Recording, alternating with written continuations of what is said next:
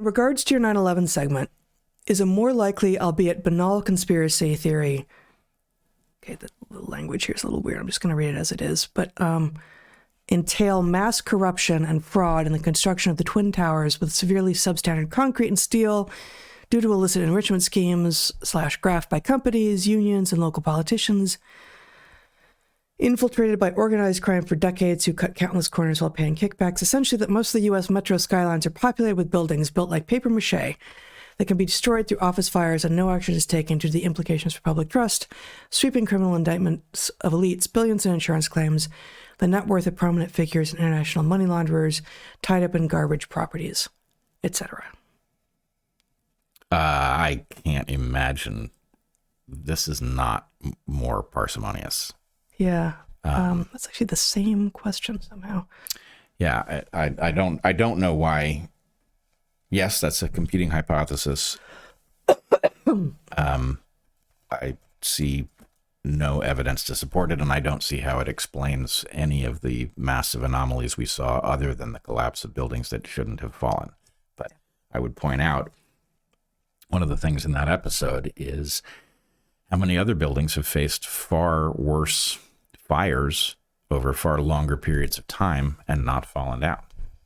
So it isn't a general flaw in the way we build these buildings, right? You could make the argument that the World Trade Center had 3 buildings that were built so substandardly that they collapsed as a result of fires that should never have brought them down. But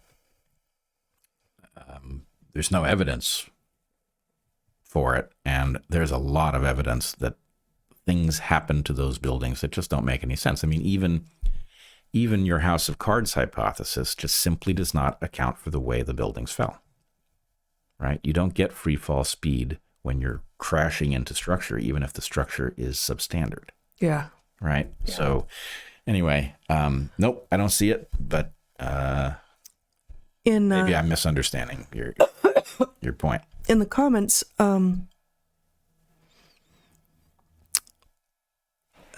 we see things like 9/11 is a good example of a societal immune response that ends up killing the host. And our culture isn't even ready to look at COVID. We're definitely not ready to look at 9/11.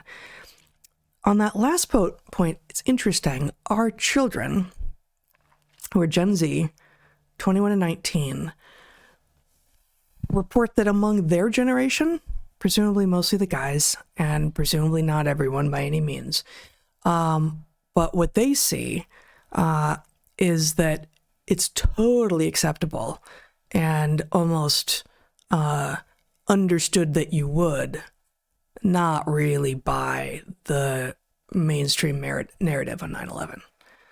I asked Zach this question maybe 6 months, a year ago, and he said that, and I'm shocked at the answer.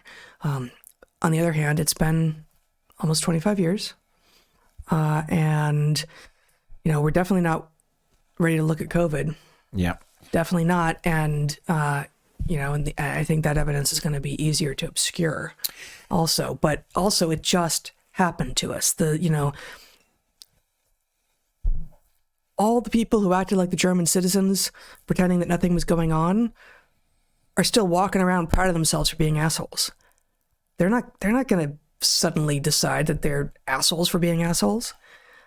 Whereas having believed something that unified us as a country for at least a few weeks, if not months, and having that turn out to not be what it appears as the players get older and die, is something that I think can happen, and apparently at least reported by a couple of Gen Zs in at least some corners of that generation. People are like, yeah, of course. Obviously, I don't know what happened, but it wasn't what they said happened. Well, a couple things about Gen Z and 9/11.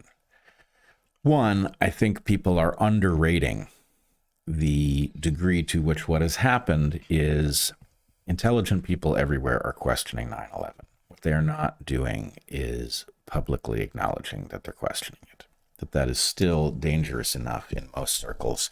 This is true. That you're not hearing it as much as you would normally be hearing it based on the amount of skepticism that is now general on this topic. But the second thing is, think about what you just did to Gen Z, right? You just flat out told them that men could become women magically, right? Yeah, they're also buying into that a lot less than their millennial counterparts. Right. The point is, you have now, in a weird way, inoculated them against your own bullshit by giving them something so ridiculous and obviously wrong that they now understand that it doesn't matter how punished you'll be for departing from the mainstream consensus, that the mainstream consensus is at least sometimes just total crap. Yeah. What's more, also with regard to COVID, and now this is again a very narrow set of people, but in Zach's friend group in high school, which is where he was when COVID hit, he was the only one, in fact, at the entire school, who didn't get vaccinated, and the only one who held positions of principle against the disgusting pushback by the school, attempts to publicly shame and all of this. And his students, his friends, a good group of guys, good-naturedly ribbed him for being so ridiculous. Like what they dubbed his truck the ivermectin mobile. Yeah. And at least one from that central friend group, and several other people whom he has known from Olympia, from middle school, from elsewhere.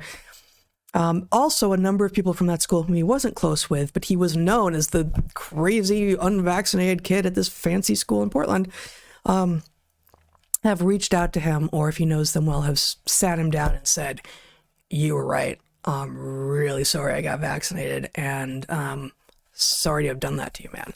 So, there is this at least small scale accounting going on, and acknowledgement even. Yeah, and the lesson of it is a good one. It's painful, but the point is, you can be totally convinced of this shit, and it can turn out that you were being used by a system that had its own reasons for saying nonsense. And I will say, I said it in the episode with Ron Johnson, I don't know if we can handle the truth on 9/11. I think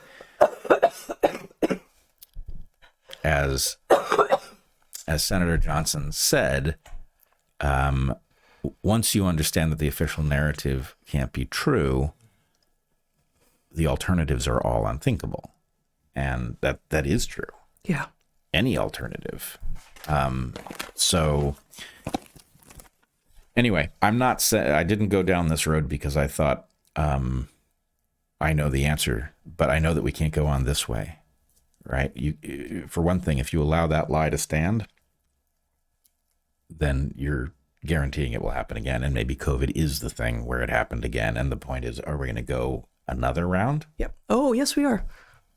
Yes, we are.